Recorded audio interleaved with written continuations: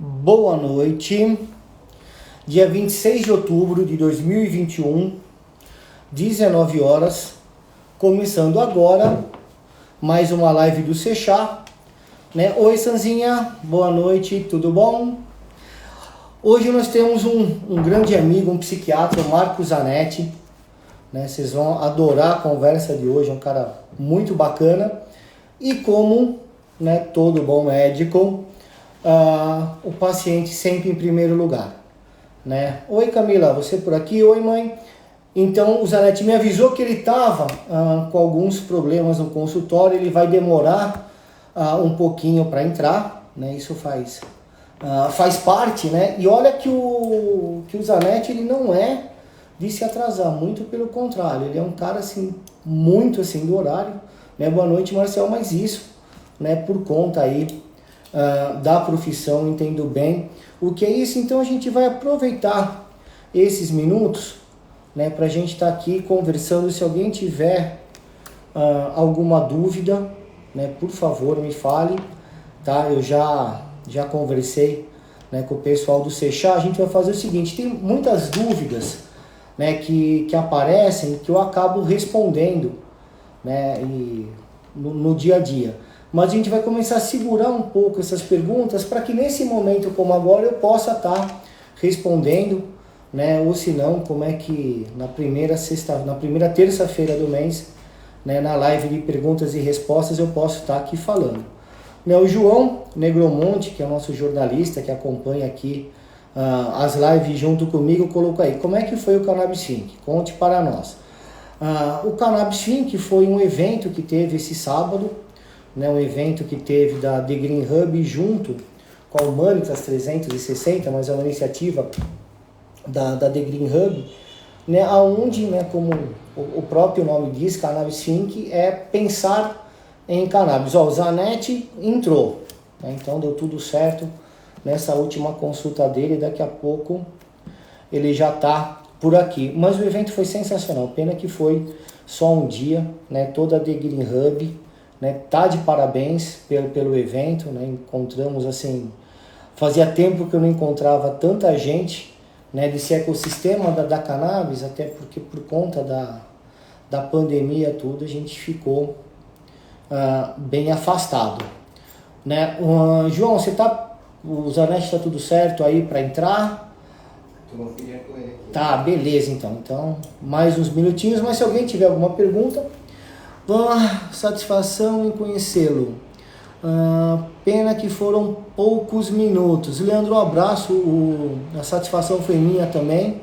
Boa noite, Fabi, tudo bom? Bruno também entrou. 35 minutos.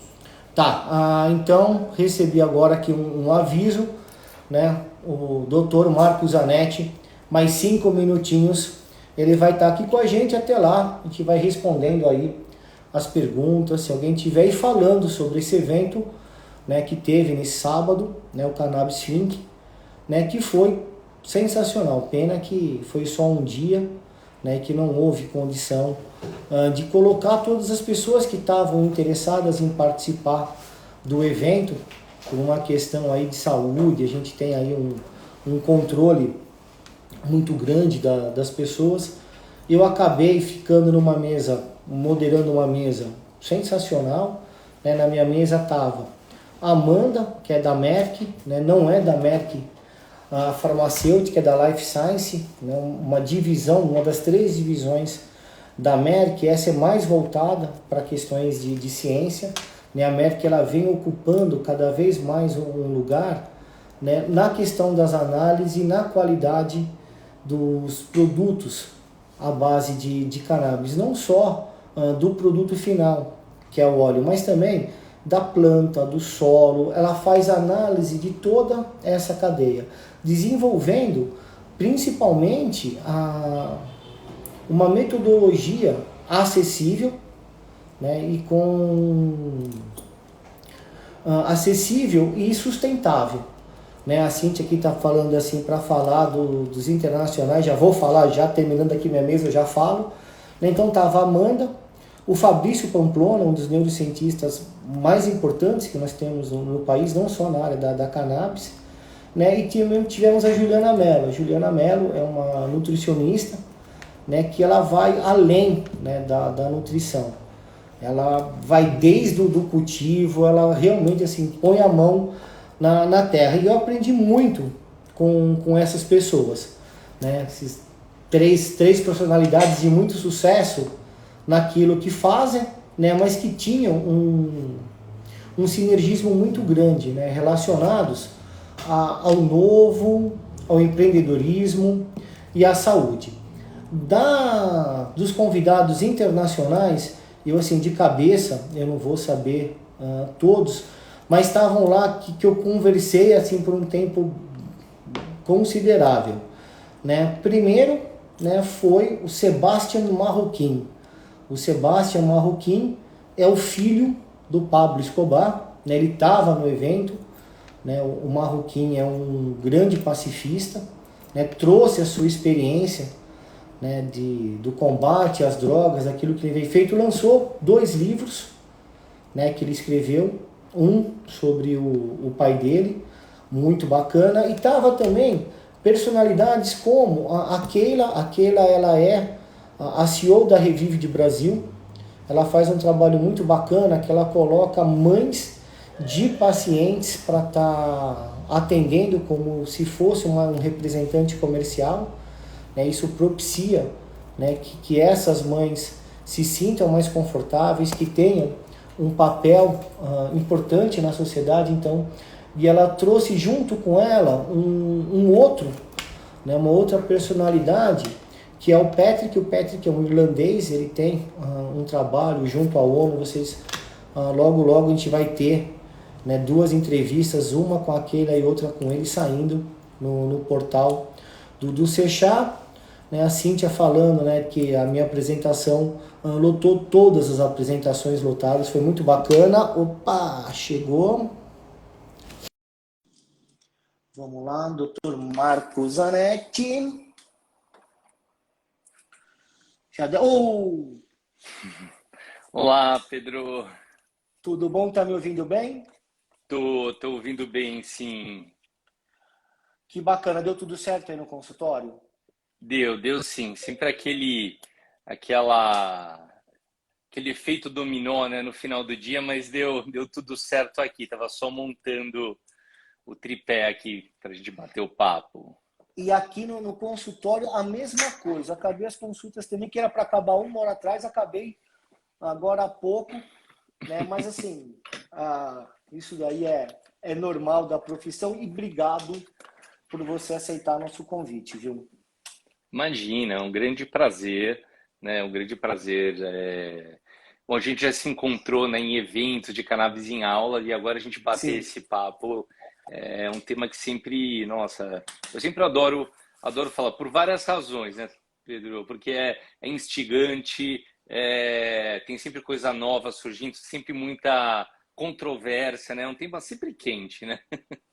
Com certeza. Eu estava dando uma estudada, né?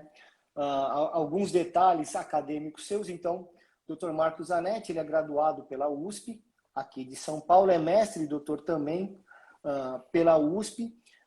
E antes de eu entrar no projeto Enigma, né, até o 5º ano de faculdade, você pensou em ser neurocirurgião? Pois é, você sabe que eu fui presidente Presidente da da Liga de Liga. Neurocirurgia. Eu entrava em cirurgias, é engraçado, eu quase segui aí os passos da neurocirurgia e brincadeiras, assim, fui salvo assim no último momento pelo internato de psiquiatria, que eu falei, nossa, eu encontrei algo que eu realmente gosto. Assim, eu nunca tinha pensado em psiquiatria até eu passar no internato, mas eu me apaixonei. Só que eu mantive, né, muitos contatos, muitos amigos, neurologistas, neurocirurgiões, e eu acho que até por isso, essa é uma das razões, não a única, que eu também acabei entrando nesse mundo da cannabis, porque apesar de psiquiatra, eu recebo muito e trato muito pacientes com dor crônica, dor refratária, que é evidente que tem muitos aspectos emocionais envolvidos, mas que é uma das áreas também que, enfim, a gente vê mais benefício aí do uso de canabinoides, né? Uma das situações médicas. Quando você estava no internato, o chefe da neurocirurgia Era o Manuel Jacobsen já ou não? Era uma transição, era o Raumarino e eu cheguei a pegar o concurso de titular que depois entrou o Manuel Jacobsen. Então eu peguei o Raumarino, né? Eu fazia iniciação científica desde o segundo ano, isso a gente está falando de 1998, 1999, com um laboratório de neurocirurgia funcional que era coordenado pelo que é uma referência na neurofisiologia nacional, o professor César Timoiaria, né? Mas ele era também coordenado pelo Raul Marino Júnior, e depois teve essa transição e entrou o Manuel Jacobsen, com quem eu tenho ótimo relacionamento. Ele, a esposa dele, é a doutora Aline, o filho dele também, o William, né, que é um cirurgião de coluna, é Que minha é referência, tá? ortopedista, não é? Ortopedista, mas que herdou um pouco, né, acho que do pai o gosto por situações complexas, né? Porque o William, apesar de ortopedista, ele é o cirurgião de coluna do ICESP, né? Então ele só Sim. opera tumores de coluna, condições bastante complexas, né? E assim, é um cara muito bacana, lembra muito o pai dele, eu já tive a oportunidade de conversar É verdade. algumas vezes, tanto com ele quanto com o professor Manuel Jacobsen, porque eu também faço funcional. Então, a gente acaba tendo, assim, se encontra também muito em congressos de neurocirurgia funcional, tenho muito apreço também pelo professor Manuel Jacobsen. Cheguei a fazer alguns estágios com ele, mas eu fiz funcional com o Zé Osvaldo.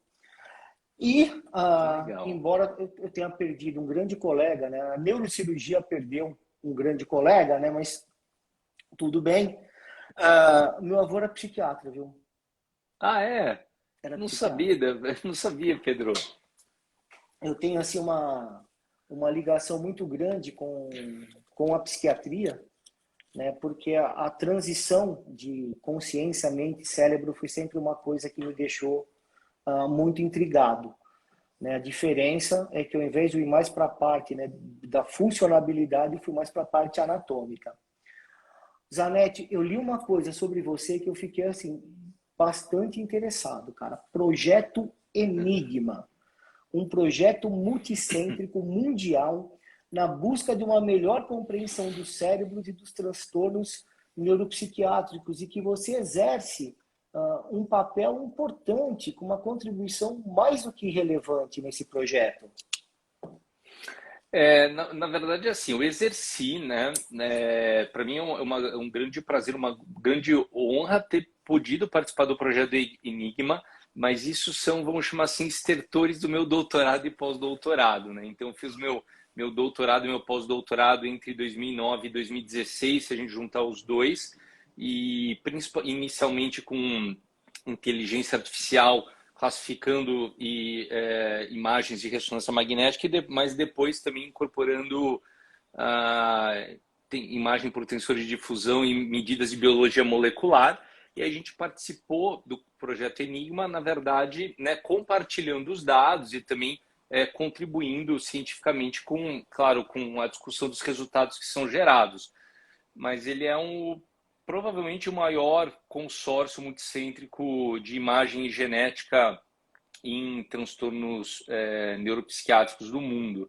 E o nosso grupo, né, na USP, eu não estou mais ligado à USP, mas ainda me sinto parte do grupo, sou um colaborador, que é o Laboratório de Neuroimagem e Psiquiatria do professor Geraldo Busato, que é um grande mentor meu, que foi o meu orientador, né, por boa parte desse tempo e desses projetos. Então, é um grande prazer poder participar, né? Eu não estou mais coletando os dados, até porque hoje eu estou tentando translacionar as minhas linhas de pesquisa. Eu continuo sendo um part-timer, no sentido que eu sou um clínico, tenho atendo muito, mas ainda tento manter alguma atividade acadêmica hoje no Instituto de Ensino e Pesquisa do Sírio-Libanês, mas eu tenho tentado translacionar as minhas pesquisas para aquilo que é mais próximo à minha prática clínica, que é nutrição em psiquiatria, estudar tomada de decisões em situações clinicamente complexas no hospital geral, né? Eu tenho um aluno de doutorado que é o Thiago Fernando, que avalia capacidade de consentimento em pacientes em transplante de medula óssea, que é um outro paradigma, né, para a psiquiatria. E a questão da cannabis, a gente tem hoje um núcleo de cannabis medicinal no Sírio-Libanês, do qual eu faço parte. Ele é coordenado pelo Daniel Forte, que também é o coordenador, né, do grupo de suporte e cuidados paliativos. Então tem muita coisa acontecendo no Sírio, eu estou tentando dar conta de tudo. Mas o projeto Enigma que você mencionou é um grande prazer, mas na verdade é uma contribuição hoje mais intelectual e passiva através dos bancos de dados que eu coletei e ajudei a coletar durante meu doutorado e pós-doutorado. Que foi em neuroimagem. Que foi, inicialmente, o doutorado foi em neuroimagem, o pós-doutorado não só em imagem e marcadores periféricos de biologia molecular. A gente avaliou alguns marcadores genéticos, atividade de fosfolipase A2, que metaboliza ácidos graxos de membrana, né? Então é importante para turnover de membrana. E, na verdade, né, depois estudando o sistema endocannabinoide, o sistema das fosfolipases são fundamentais para o tônus do sistema endocannabinoide, né? Eu queria ter tido essa visão na época que eu estava no pós-doutorado, que sem dúvida teria enriquecido ainda mais a produção científica que a gente gerou na época, as hipóteses, mas é isso, o conhecimento ele vai evoluindo. Você fez mais a parte nessa época de dor, quer dizer, dor estava incluída também ou era mais transtornos psiquiátricos? O meu doutorado pós-doutorado ele foi basicamente com psicose e transtornos do humor, né? Eu também, assim, eu ajudei na coleta de bancos de dados também, alguns bancos de dados de transtorno de déficit de atenção e hiperatividade e principalmente isso, transtorno de déficit de atenção e hiperatividade, transtornos do humor e psicoses, né? O foco no meu doutorado pós-doutorado foi psicoses e transtornos do humor, e é algo que eu sempre tratei muito no consultório. Hoje, né, ainda trato, mas é mais difícil porque são transtornos do humor eu recebo muito, né? É o meu dia a dia, transtornos do humor, dor refratária. Psicose eu ainda trato, mas é mais difícil porque eu não tenho hoje uma flexibilidade de agenda que me permita receber casos emergenciais e, na verdade, hoje eu tenho dificuldade até de acolher casos novos, mas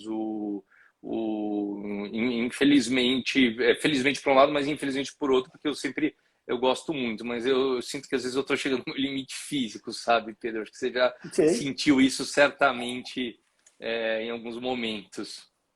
E como é que a cannabis e seu uso medicinal entrou como uma ferramenta terapêutica na sua vida?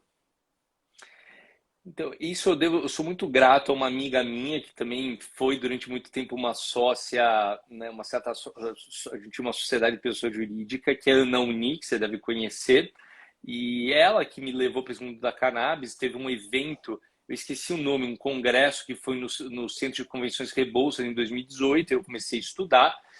E para eu que sempre atendo, né, transtornos mentais e dor refratários, também eu acabo pegando muito transtornos neurodegenerativos, Alzheimer, outras demência frontotemporal, faz todo sentido, né? Quer dizer, então ansiedade refratária, insônia refratária, transtornos do humor refratários e claro, dor refratária a outros, psicose, são condições pelas quais os canabinoides eles podem ser uma alternativa, um recurso terapêutico. Então, acho que foi natural eu ir estudando e usando cada vez mais na minha prática clínica. O congresso em 2018 no Centro Rebouças foi o CanEx. CanEx, isso. Pois é, eu tô com esse problema de memória para palavras. O CBD é bom para isso, viu? Pois é. Tô precisando voltar a tomar. Só que ao mesmo tempo, né, que existe essa ferramenta terapêutica, né, que é o uso medicinal da cannabis. Você já chegou a pegar na sua prática clínica pacientes adictos de cannabis ou não? Ah, sim, muito. Muito, né? Um dos casos que eu acho mais interessantes e que eu até levo, né, em aulas, em cursos, né, para discutir, é o caso de um paciente super adito, né, que me procurou, na verdade, com uma queixa de déficit de atenção, e só que na época ele fumava 30 baseados por dia. Eu falava, olha... 30? Então, 30. Talvez você até possa ter um déficit de atenção, mas eu não consigo afirmar nada nesse momento enquanto você está usando 30 baseados por dia. Você tem uma dependência, né, de cannabis, e eu acho que para quem está nos assistindo, essa é uma grande diferença, né, técnica da cannabis medicinal para cannabis recreacional, ou como é chamado eufemisticamente nos países onde existe já a legalização do uso recreacional, uso adulto, né?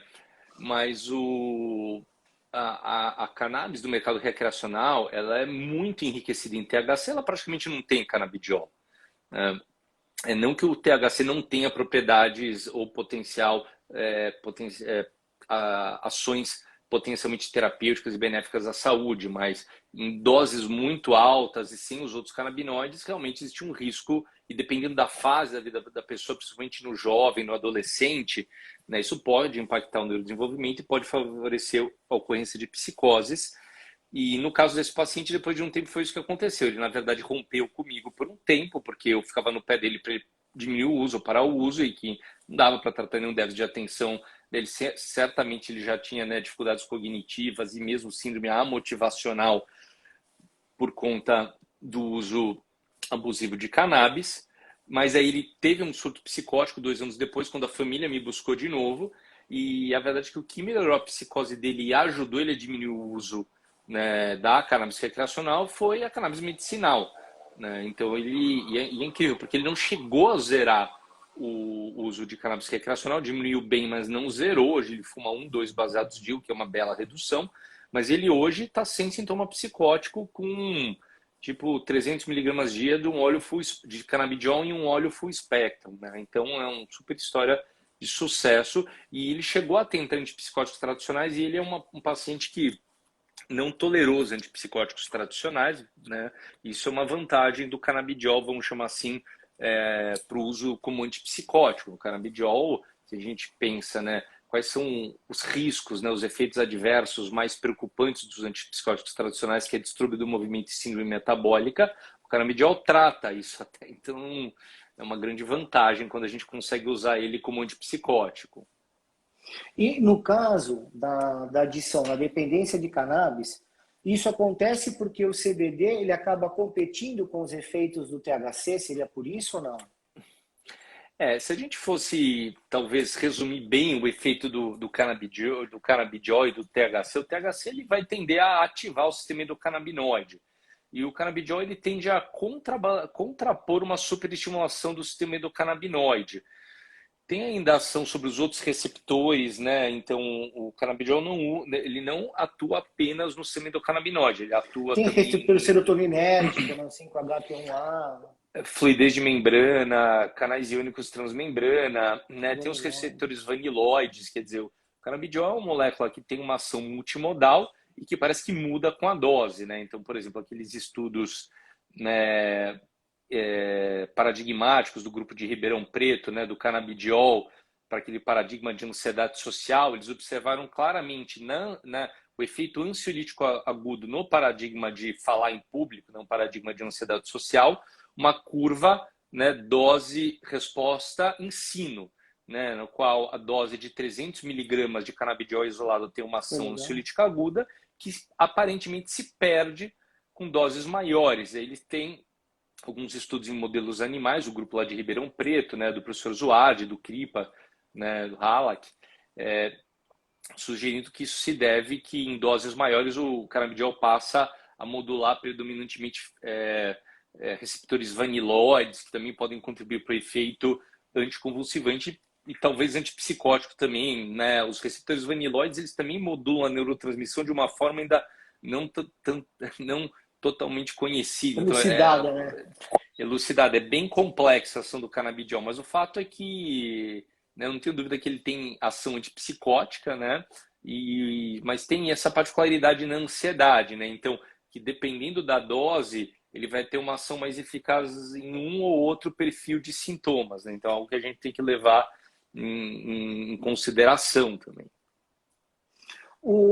Você usa o canabidiol, os canabinoides, para dor, para ansiedade, você usa também ou não? Bastante.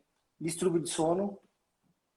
Bastante. É claro que quando a gente fala de sono, tem um grande problema de saúde pública, né? Então, assim, boa parte da população vai ter dificuldade de sono em algum momento da vida, né? 10, 15% da população tem insônia crônica, e 50% dos indivíduos aproximadamente 50% dos indivíduos com insônia crônica têm algum transtorno mental, muitas vezes não adequadamente diagnosticado por várias razões.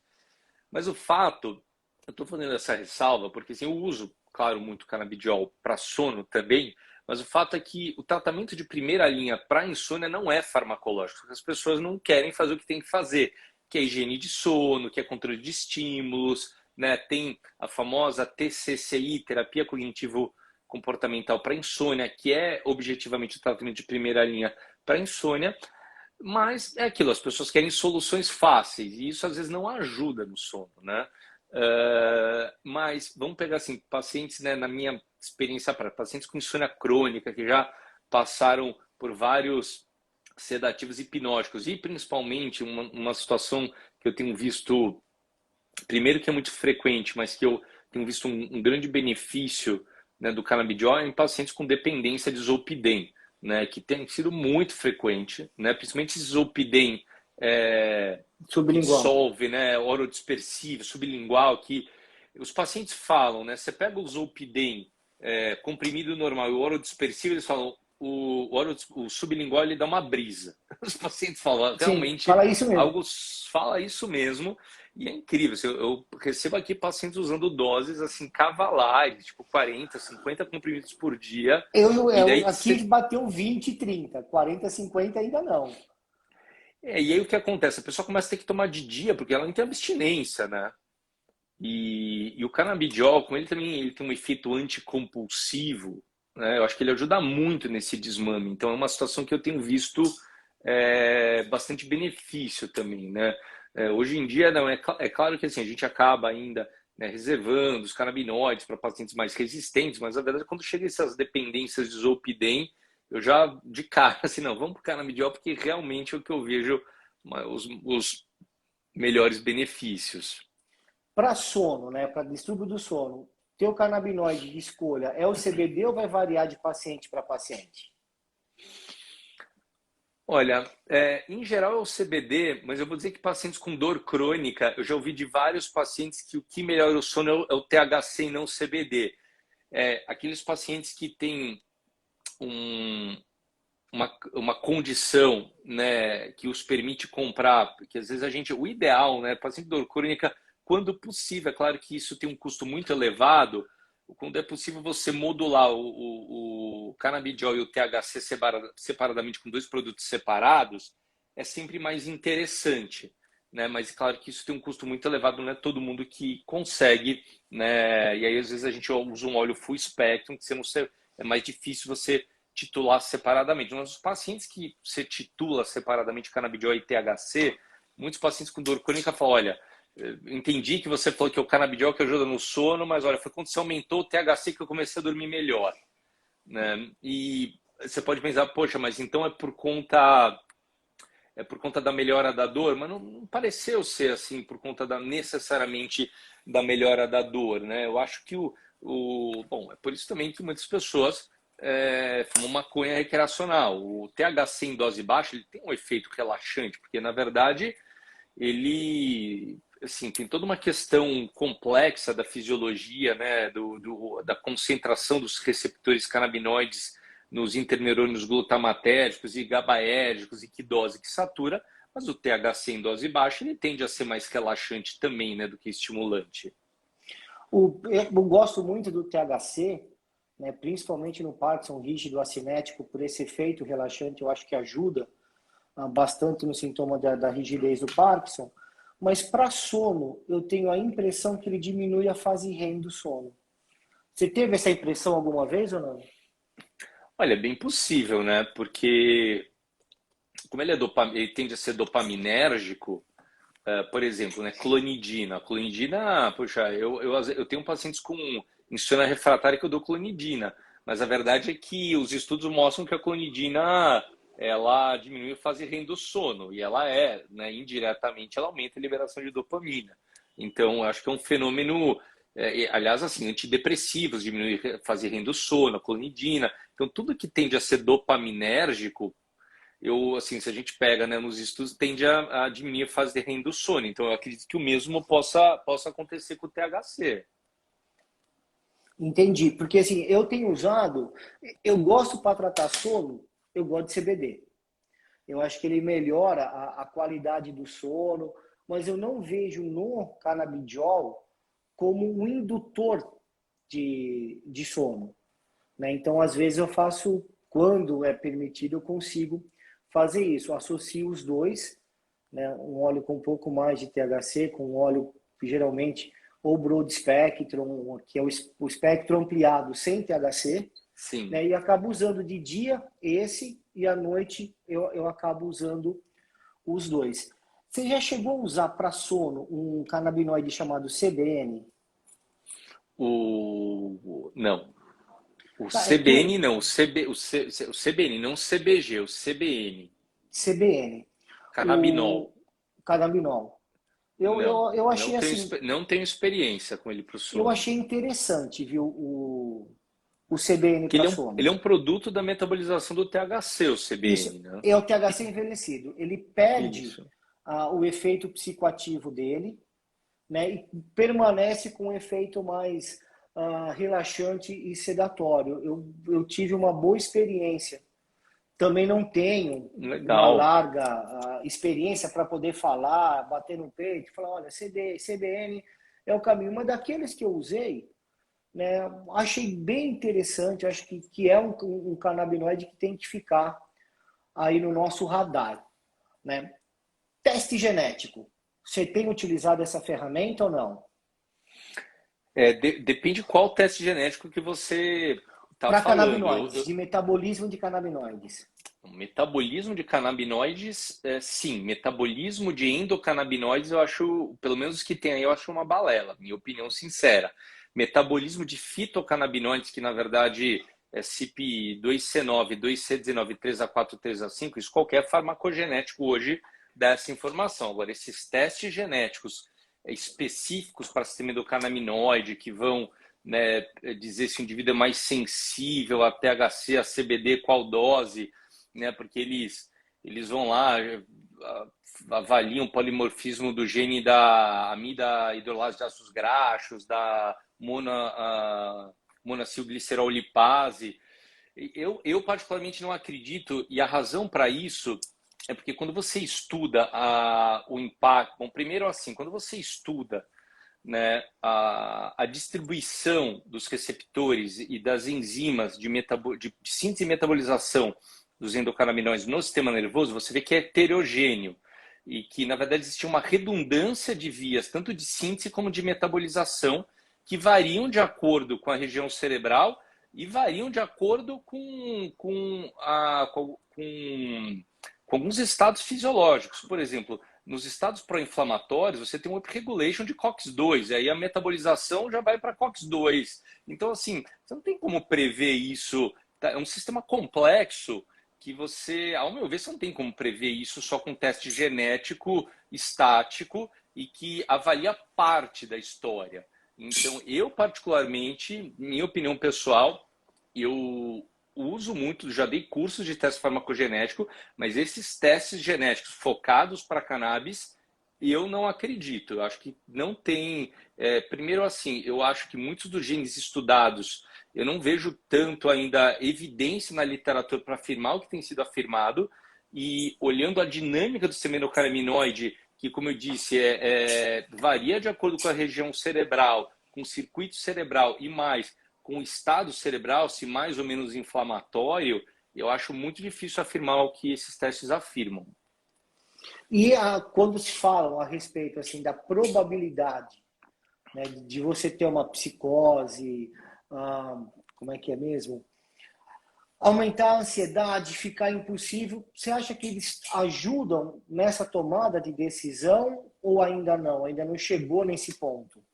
Olha, o gene que realmente tem, porque é um gargalo neurofisiológico, né? Na minha opinião, nosso corpo, nosso cérebro são bastante complexos, mas eles têm alguns pontos de constrição, né?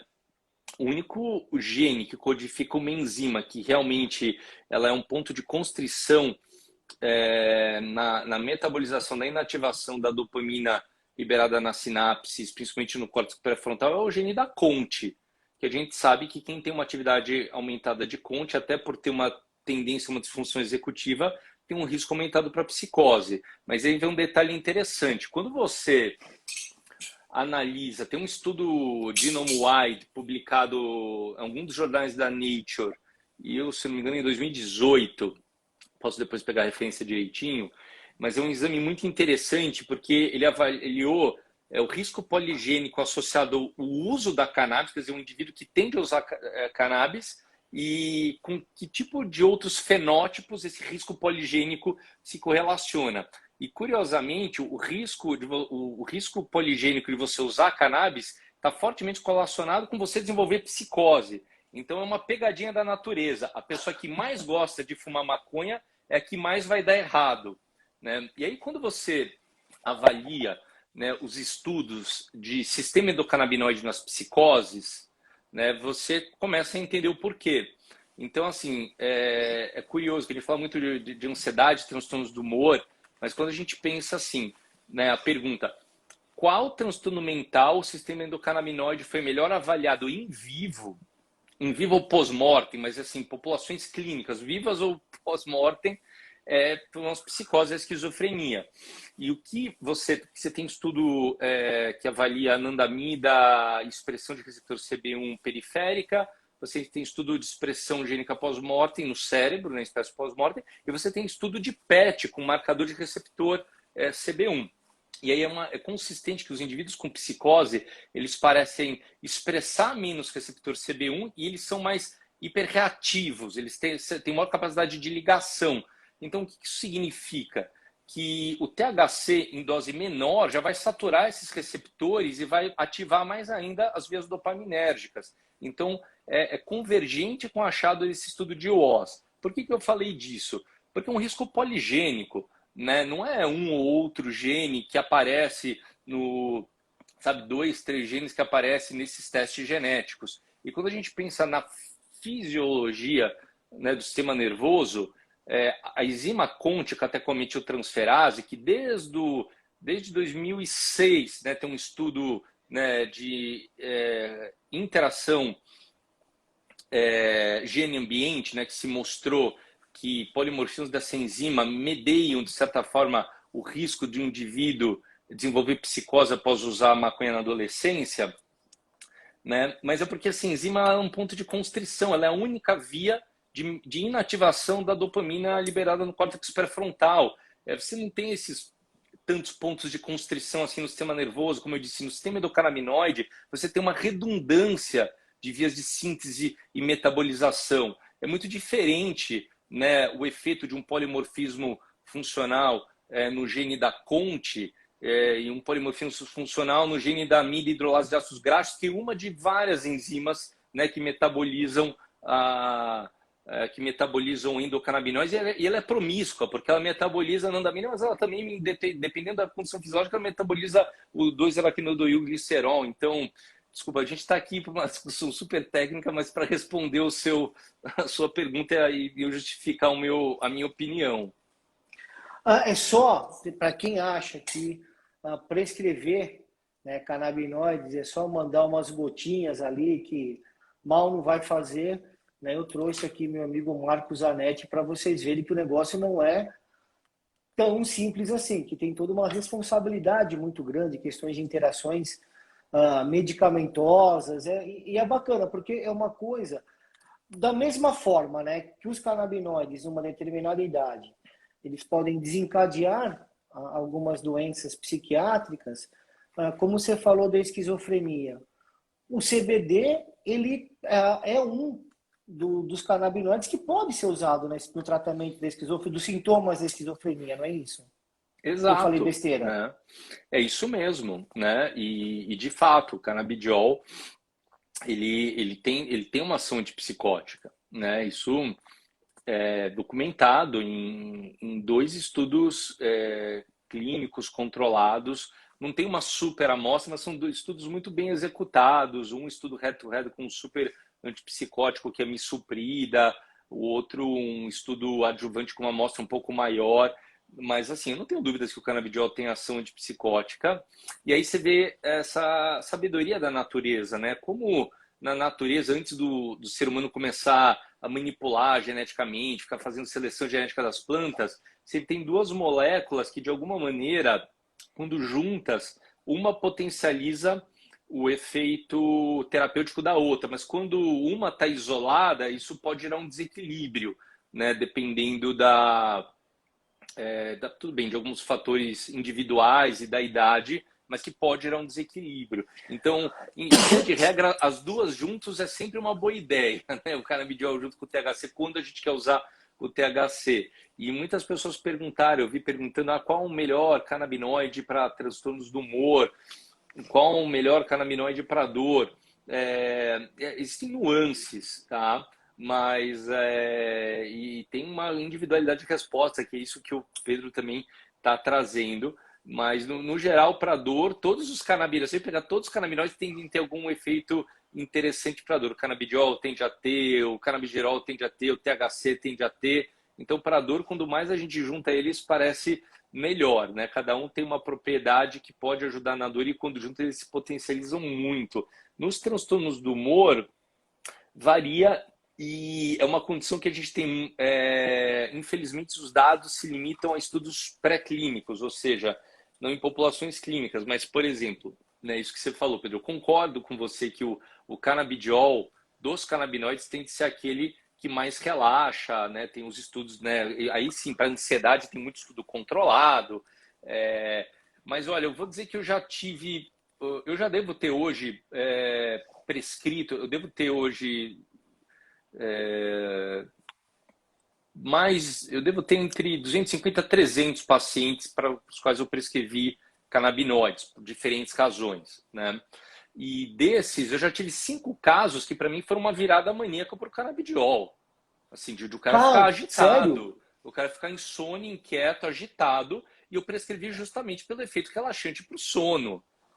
E aí você fala, putz, né? Tipo, né? E o curioso, que são 5 de 250 a 300, preciso até atualizar hoje, mas assim, se eu pegar todos que eu já prescrevi, os que deu certo, não deu certo, não é.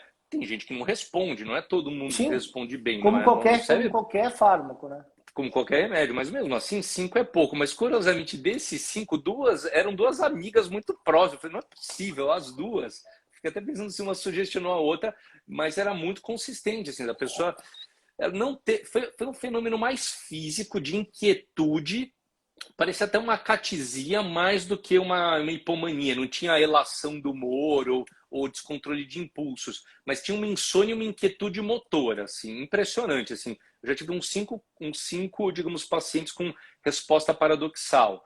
Então, e eram produtos muito enriquecidos em canabidiol com dose baixa de THC. Então, assim, é individual, né? A gente tem que tatear a sensibilidade do paciente. E você acredita que eu estou com um caso assim? É um garoto, né? Ele tem espectro autista e epilepsia, né? Ele tem um opositor bem considerável, um transtorno de opositor desafiador, e eu optei por usar um canabidiol isolado para ele, por conta da epilepsia. Eu não sei se você tem essa impressão também, que o THC piora o opositor. Você já teve essa impressão ou não? O transtorno opositor, É. eu acho que ele hiperativa mais, né? Eu concordo com você. Principalmente a criança, ele vai tender a ativar mais. Aí eu fui pro canabidiol isolado, né, falando, me achando que eu estava assim super seguro em controlar uma epilepsia sem ter uma piora do espectro autista do opositor. Zanetti, meu Deus do céu, entendeu? Quanto mais eu aumentava a dose do canabidiol, mais surtado ficava o adolescente, assim, de agressividade mesmo. Então, foi o caso que eu tive de transtorno paradoxal, assim, com o uso de canabidiol, que eu não imaginava que pudesse acontecer. E Pois agora é. você falando, interessante. Tem alguma associação aqui que está descrevendo isso também. Quer dizer, a Cannabis Associação, realmente assim, tem uma individualidade. Algumas pessoas têm algo que eu vejo Outro dia mesmo, uma dessas pacientes, né, não estão dentro dessa assim porque não foi tão extremo, mas ela estava com fadiga, zumbido e uma insônia bem refratária.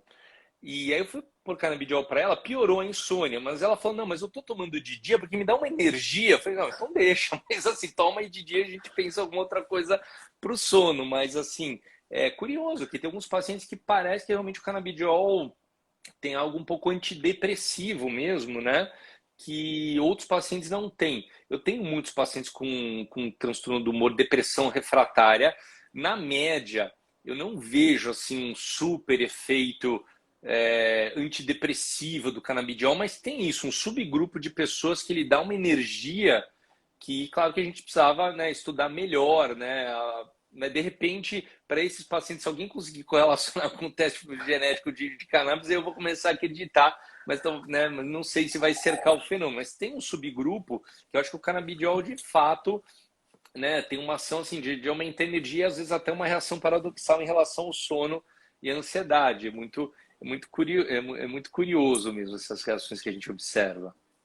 Porque até então o canabidiol é ansiolítico e o THC seria ansiogênico, assim, fazendo do longo curto, né? Mas concordo que em determinada idade, doses pequenas de THC, eu acho que pode ter um determinado efeito ansiolítico. Não sei se você concorda com isso. Sim, não, sem dúvida, concordo. Algumas pessoas, né, falaram aqui, eu vi nos comentários que tem dor e usam óleo full spectrum, se deram super bem. De fato, para dor, sem dúvida, o óleo full spectrum, combinar um óleo enriquecido em canabidiol com óleo enriquecido em THC é o que eu vejo os melhores, né, resultados. Mas também é isso, né? Assim como pacientes, né, o que você falou, Pedro, igual a gente está falando, igual tem pacientes que têm uma reação paradoxal ao canabidiol e, né, ficam até inquietos ou hiperativados, algumas pessoas têm um efeito mais relaxante com o THC em dose baixa, ele tende a ser mais relaxante. Acho que mesmo na infância eu já vi, né, bom, é público isso, né, aquele colega de Minas Gerais, o Leandro Ramires, né, que é um mastologista, mas que tem todo aí, né, um papel ativo, né, advogando uma das pessoas que mais, né, acho que contribuiu realmente para abrir o mercado, né, da cannabis medicinal no Brasil. O filho dele tem uma epilepsia refratária que parece só responde a THC, né? Sim. Ou nas fases agudas responde a THC. E aí quando você vai ver estudo, não tem estudo, né? Outro dia eu estava perguntando, né, escuta, porque eu ouvi falar, mas alguém no Sul está fazendo um efeito fazendo um estudo de THC para epilepsia refratária em infância.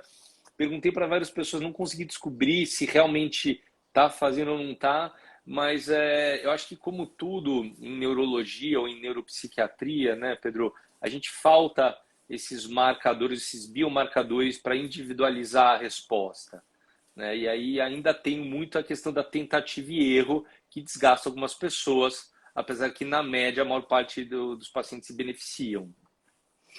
Para transtorno do espectro autista, você teve a oportunidade de usar ou não? Tive, eu pego mais na adolescência, né? Eu não atendo tantas crianças, às vezes pedem para eu dar uma opinião, principalmente na parte, né, de intestino e nutrição, mas eu não tenho um setting, assim, eu não tenho uma logística, porque atender criança tem toda uma logística própria, né, até o setting do consultório. Então eu acabo atendendo mais de pré-adolescentes para cima, mas tenho sim, não muitos, né? Eu não sou igual, tem colegas igual a Noni, o Vinícius Barbosa, são muito referenciados para isso, mas os adolescentes que eu atendi, prescrevi, realmente eu vejo muito benefício, né, no aspecto de cognição social, sociabilidade, melhora de comportamentos disruptivos, né, que é convergente com os estudos que já existem. Síndrome de Tourette não é também o teu foco? Não é isso, mas a Ana Uni ela usa bastante e eu acho que é muito convergente, né, também um pouco com Parkinson, né? O síndrome de Tourette, os estudos que tem são mais os análogos de THC, né? E aí tem toda uma teoria, né, que poxa, A síndrome de Tourette, na verdade, é por um excesso de atividade dopaminérgica catecolinérgica, né? Mas aí tem toda uma teoria que, dependendo do receptor CB1, o THC ele pode fazer o efeito contrário, diminuir, né? Curioso, isso é um paradigma, mas também, assim, são estudos mais antigos, né? Eu, pelo menos, não vi nenhum estudo recente, mas a Ana Uni, que é, puxa, eu acho que é a maior referência nacional em Tourette, ela usa e com ótimos resultados, pelo visto. Se bem que eu acredito que ela use sempre com associado ao canabidiol também, de qualquer forma. Você já chegou, né? Você falou que existe, né, a adição em cannabis, você trata isso, inclusive se relatou aí de um rapaz com déficit de atenção que fumava 30 cigarros de maconha por dia, há não sei quantos anos, e não era viciado de forma nenhuma. Mas, brincadeiras à parte, você acha que essa adição, esse vício, essa dependência por cannabis que a gente observa hoje, é porque a planta ela mudou? A gente pega a década de 60, 70, que não tinha tanta intervenção nas plantas, elas eram mais equilibradas, ou não? É só uma impressão que hoje a gente tem mais desses casos? Não, eu vou te. Eu acho que é os dois e eu vou te justificar isso com um estudo. Deixa eu até abrir aqui, porque eu estava preparando uma aula. Eu sempre cito em aula esse dado, mas existe um estudo do Império Britânico na Índia de 1893, tá? Ou seja, cannabis orgânica lá, ninguém ainda tinha, né, não tinha ainda conhecimento, ninguém mexeu, Manipulação, não tinha manipulação nenhuma, né?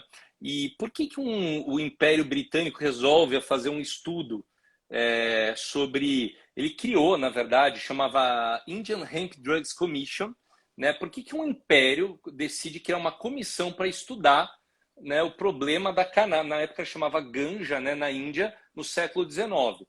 Provavelmente porque estava gerando algum problema, né? Estava gerando ruído, né? Não estava pagando imposto. E aí eles fizeram um estudo, tá, no asilo de Bengala. E aí eles fizeram... É interessante saber como mesmo na época os caras já tinham um certo registro assim médico, né?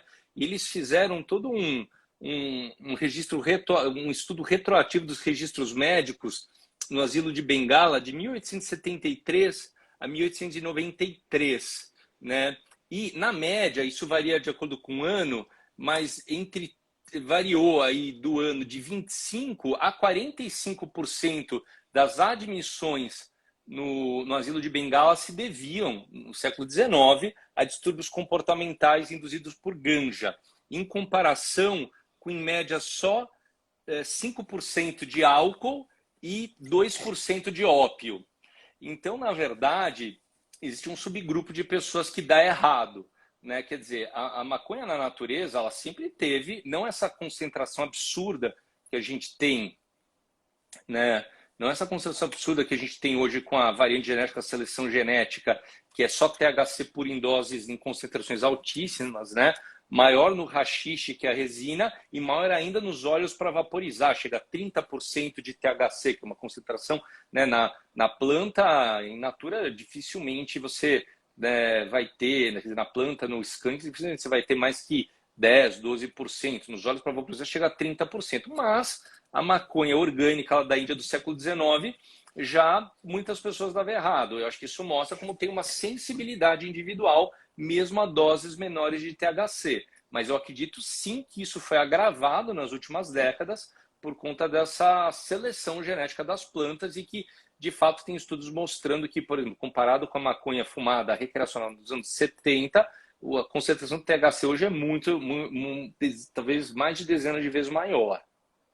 E eu achava, na minha ignorância, que era somente por conta dessa seleção, né? A pessoa que vai lá fazer o uso adulto, o uso social, ela está em busca do THC, então ela vai procurar plantas que tenham maior concentração de THC. Eu achava que era basicamente por isso, que sim, tinha um grupo ou outro que era mais sensível, mas eu não imaginava que em 1800 e pouco já tinha esses distúrbios comportamentais relacionados a cannabis. Né? Não, Me é muito fugia isso curioso esse completamente. estudo. Eu vou te encaminhar isso tudo. É bem Depois você me interessante. manda. Mano, ele foi republicado no British Journal of Psychiatry em 2018, tá? Eu te mando, sim, é bem interessante, né? Eu só vi, aliás, porque graças, né, algum santo foi lá cavocar e achou esse estudo e republicou ele mas com print, assim, da capa do estudo, né? No British Journal of Psychiatry. Porque eu acho isso muito relevante, porque ainda algumas pessoas têm, né, aquela coisa de que maconha não vicia, maconha não faz mal, maconha é da natureza, e não é bem assim. Ela é uma excelente ferramenta terapêutica quando usada de uma forma orientada, né? Quando você usa, né? Assim, a história da cannabis, né, ela sempre foi usada ou para o aspecto medicinal ou para o aspecto religioso, depois de um tempo que ela passou a ser usada por outros motivos. Mas eu não sabia disso daí e achava, né, que nessa época ela era muito usada para dependência de opioide. Não sei se você já chegou a usar atualmente a cannabis para dependência de opioide, mas desde 1830 ela é descrita Uso como sim. uma usa. Eu pego E mais muita o CBD dependência de ou opioide. e é Os mais o dois, né? CBD? Porque normalmente, porque aqui no Brasil é raro opioide puramente recreacional. Normalmente é dependência de opioide prescrito, né? Tem um ou outro paciente brasileiro que foi fazer intercâmbio na Califórnia e voltou dependente de heroína e aqui começa a abusar. Mas a maior parte dos pacientes com dependência de opioide, eles têm dor crônica também. Então, acaba usando óleo full spectrum, mas eu acho que o que ajuda na compulsividade acaba sendo o canabidiol mesmo, né, de que tem o efeito anticompulsivo é o canabidiol. Agora, sobre isso que você falou, Pedro, eu acho que como dizia um dos precursores da medicina na Grécia Antiga, o Paracelso, né, que a diferença muitas vezes entre o medicamento e o veneno é a dose. Dose. Então, isso se aplica a muitos outros remédios. Eu também acho que, por exemplo, as sociedades médicas brasileiras tratam ainda de forma muito dois pesos, duas medidas a cannabis por puro preconceito, né? Eu acho que, por exemplo, a Associação Brasileira de Psiquiatria em nenhum momento fez resistência com a cetamina, que eu já usei bastante, uso ainda para depressões refratárias, mas que tem um paciente que eu fiz infusão de cetamina, o cara depois vai na Cobase e compra e começa a cheirar o pó e auto-injetar cetamina, né? Que é usado como uma droga, uma club drug que é chamada Special K. E também os psicodélicos, né? Que também tem o seu potencial de problema e é engraçado. Eu não vejo a Associação Brasileira de Psiquiatria fazendo tanta resistência aos psicodélicos, que também podem dar errado, igual eles fazem com, né, a cannabis. Eu acho que a gente tem que ter uma visão técnica em relação aos benefícios e os potenciais malefícios, né? Você não teve oportunidade de usar psicodélicos ainda no Brasil? Não que eu tenha prescrito diretamente, mas assim, os pacientes vão atrás, né? Eu acho que assim, se a gente for pensar o uso legal de psicodélico, centros xamânicos, porque é num contexto, centros xamânicos ou igreja do Daime, porque é um contexto religioso onde é permitido. Mas você tem, né, claro, algumas instituições estudando MDMA para estresse pós-traumático, a realização, mas, por exemplo, psilocibina, até onde eu sei, não tem nenhum centro no Brasil autorizado a usar. Agora, é super fácil de plantar, as pessoas estão produzindo e usando, né? Mas Na Unicamp, o Toffoli está fazendo alguma coisa com MDMA, não tá? eu ouvi falar, no Unicamp tem aquele Instituto Fâneros lá, que também parece que faz, né? Aqui na USP São Paulo tem alguns projetos lá com MDMA, com cetamina em doses maiores, para um efeito mais psicodélico. Mas, assim, de tudo que eu estudei de psicodélico, eu acho que o mais... assim, para mim, claro, tudo envolve lá, revolve ao redor do receptor 5-HT1A, né? Mas, assim, eu acho que o efeito, por exemplo, né, da ayahuasca, né, por conta que também é um animal, também tem o precursor da serotonina, o DMT, que é precursor de serotonina, a ayahuasca para mim é euforizante também, né? Assim, os pacientes bipolares foram usar ayahuasca, né, muitos surtaram assim na sequência, um super euforizante Acho que tem que ser mesmo melhor estudado para fins terapêuticos, mas é euforizante. Já a psilocibina tem um efeito diferente, né? E aí a questão que se tem preconizado e estudado mais é a terapia assistida por psicodélico, né? Por ajudar, né, um pouco a realmente dissolver literalmente o ego, né? Mas no sentido de que, assim, aquelas pessoas muito ansiosas que ficam presas naquelas ruminações ansiosas, depressivas, naqueles loopings mentais, o psicodélico ele ajudaria um pouco a atenuar isso de forma que o indivíduo ajude o indivíduo a ter um insight, né? Então potencializaria intervenções terapêuticas e isso eu acho que realmente é bastante interessante, né? Eu confesso não entender muito o porquê de tantas empresas quererem investir, já que os estudos sugerem que 2 sessões têm um efeito duradouro por 4 anos. A não ser que cobrem $100.000 a sessão de uma coisa que você pode produzir nem no quintal de casa, você pode produzir num vasinho assim, na sua varanda, né? Eu realmente não entendo como as pessoas acham, os investidores, o pessoal do mercado financeiro acha que vai ganhar bilhões com psicodélico, mas talvez eu seja ingênuo.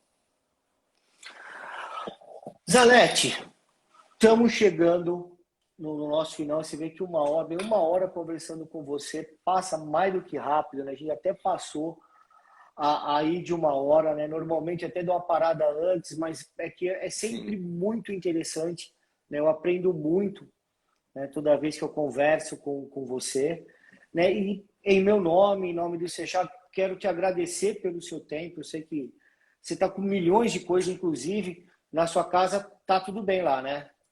Tá melhorando, tivemos uma intercorrência, nada grave e agora as coisas voltaram ao controle.